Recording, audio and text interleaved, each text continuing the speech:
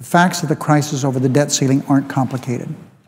Republicans have, in effect, taken America hostage, threatening to undermine the economy and disrupt the essential business of government unless they get policy concessions they would never have been able to get through legislation. But knowing all along that this radical legislation, which was neither balanced nor bipartisan, would not and could not pass in our chamber, Democrats have been working on a true compromise in the Senate. We've solicited ideas from our Republican friends and colleagues. Let it never be said that Democrats in the Senate were afraid to compromise. We welcome compromise. But my friend, the Republican leader, must generate some more action on behalf of his Republicans. The two parties must work together to forge an agreement that preserves this nation's economy. We will need input of reasonable Republicans, including my friend, the Republican leader, to get this done. But, Mr. President, unbelievably, another filibuster stands in our path. The Republican filibuster has become routine. From the smallest measure to the greatest matter of national importance, they stall and delay and use every procedural trick in the book to keep this body from doing its job.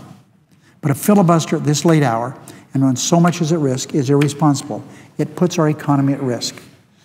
A majority vote, I repeat, was good enough for the Speaker's proposal in the House, but Republicans believe it is good enough for the Senate today. Rather than filibuster, I ask my Republican colleagues to work with Democrats to make our proposal better. We've offered a reasonable, rational way for Republicans to help us avert default. But let me tell you about the legislation issue, how we believe how reasonable our legislation is. This legislation was written by Democrats with both parties' principles in mind. It would avert default while cutting $2.5 trillion from the deficit over a decade. It includes no revenues, a concession to House Republicans and Senate Republicans. It establishes a joint congressional committee to find additional savings this year and guarantees that committee's recommendations will see an up or down vote on the Senate floor. And it takes into consideration that that committee must take into consideration proposals like the Gang of Six. And literally every single spending cut, and it has been voted on or endorsed by Republicans in both houses. That's the gist of the legislation.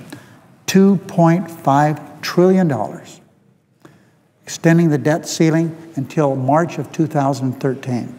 Pretty fair deal. And so I urge my Republican friends to join me to move forward with the only compromise plan that's left. In fact, the only option left at all to save this country from default.